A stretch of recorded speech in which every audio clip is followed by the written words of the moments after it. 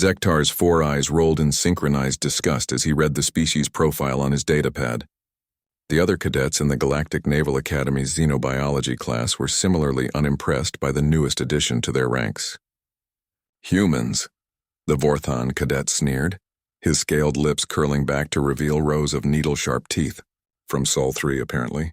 Look at this classification, the Deathworld, Class 9.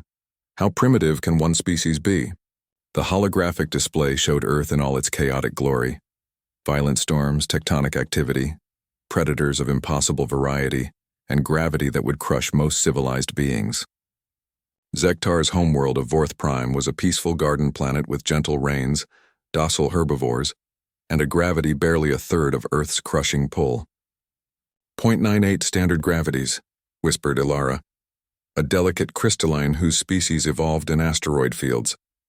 Her translucent form shimmered with nervous energy. How do they even move? Zektar laughed, a harsh chittering sound. Probably explains why they're so slow to develop. Still using chemical rockets when we had warp drives 50,000 years ago, the Galactic Council only admitted them out of pity. Professor Vel Noth, an ancient ethereal whose consciousness floated in a containment field, materialized at the front of the classroom. Settle down, cadets. Today we'll be studying survival adaptations across different planetary classifications. As you know, we have a new student joining us, a human from Earth. The door hissed open and Marcus Chen walked in. Zektar's first instinct was to laugh. The human looked unremarkable. Average height by galactic standards, covered in that ridiculous organic skin instead of proper scales or carapace, with only two eyes positioned inefficiently on the front of his skull. But something made Zektar's evolutionary hindbrain whisper warnings he couldn't quite understand. Maybe it was how Marcus moved, fluid, controlled, each step deliberate. Maybe it was those strange forward-facing eyes that seemed to track everything at once, or perhaps it was something deeper. Something his predator ancestors recognized despite Vorth Prime's millions of years of peaceful evolution. "Thank you, Professor," Marcus said, his voice calm and measured. "I'm Marcus Chen, formerly of the Terran Defense Force, now a cadet in the xenobiology program." Zektar couldn't resist. "Tell us, human, how does it feel to be the most primitive species in the Academy? I mean, coming from a planet so dangerous that most of us would die just breathing the air?" Marcus turned those unsettling eyes toward Zektar. There was no anger, no offense taken, just calculation. "Actually, I'd be curious to know more about Vorth Prime. Your species profile says you evolved from pack hunters." The question caught Zektar off guard. "Well, yes, but that was millions of years ago. We've evolved beyond such barbarism." "Interesting," Marcus mused, settling into his seat with that same fluid grace. "On Earth, we never really stopped being predators. We just got better at it." Professor Velnoth's form brightened with interest. Perhaps Cadet Chen could share some insights about survival on a Class 9 Deathworld. "Sure," Marcus said, leaning back in his chair. The casual pose somehow made him look more dangerous, not less. "Let's talk about persistence hunting. On Earth, humans aren't the fastest, strongest, or most agile predators. But we have something most species don't: endurance and pattern recognition." He gestured to the holographic display of Earth. "See?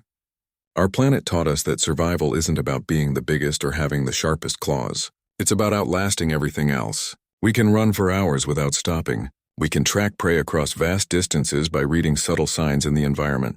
And when we finally catch up..." Marcus smiled, and Zektar felt his scales involuntarily flatten against his body. That expression was pure predator. Not the mindless aggression of a beast, but the calculated satisfaction of a hunter who had cornered its prey. "Let me give you an example," Marcus continued. "When humans hunt, we don't rely on speed or strength. We use our biggest advantage, our ability to predict behavior. We learn our target's patterns, habits, preferred routes. Then we don't chase them. We appear where they're going to be." The classroom had gone dead silent. Even Professor Velnoth's usual ethereal humming had stopped. "Take persistence hunting," Marcus said, his eyes never leaving Zektar. "A human hunter picks a target, let's say a gazelle, and starts jogging after it. Not sprinting, just jogging. The gazelle runs away, easily outpacing the human, but after a few minutes it stops to rest because sprinting is exhausting." Marcus stood up, and several cadets instinctively leaned back. The human never stopped jogging. So when the gazelle thinks it's safe, the human appears again. The gazelle runs, rests. The human keeps coming. This goes on for hours, sometimes days. He began walking slowly between the desks, and Zektar noticed with growing alarm that every species in the room was tracking Marcus with the same nervous attention prey animals gave to stalking predators. Eventually, Marcus said, stopping directly beside Zektar's desk, the gazelle realizes something terrifying. The human isn't giving up.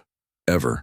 It's going to keep coming, always at that same steady pace, until the gazelle's muscles give out and it collapses from exhaustion. Zektar found himself holding his breath. The interesting thing, Marcus continued, his voice dropping to barely above a whisper, is that at some point the gazelle stops running altogether. It just lies down and waits, because it finally understands that this particular predator doesn't hunt with claws or fangs or venom. Marcus placed one hand gently on Zektar's desk and leaned down until they were eye level. It hunts with inevitability. The silence stretched for long seconds before Professor Velnoth cleared his ethereal throat. Fascinating, Cadet Chen. Perhaps you could share more about human adaptations throughout the semester? Of course, Professor, Marcus said, returning to his seat with that same unsettling grace. After all, Earth didn't just make us survivors.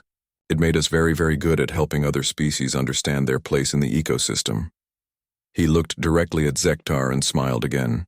I think this is going to be a very educational experience for everyone. Zektar spent the rest of the class trying not to think about persistence hunting, pattern recognition, or the way Marcus had moved through the room like he was mapping every exit, every blind spot, every weakness.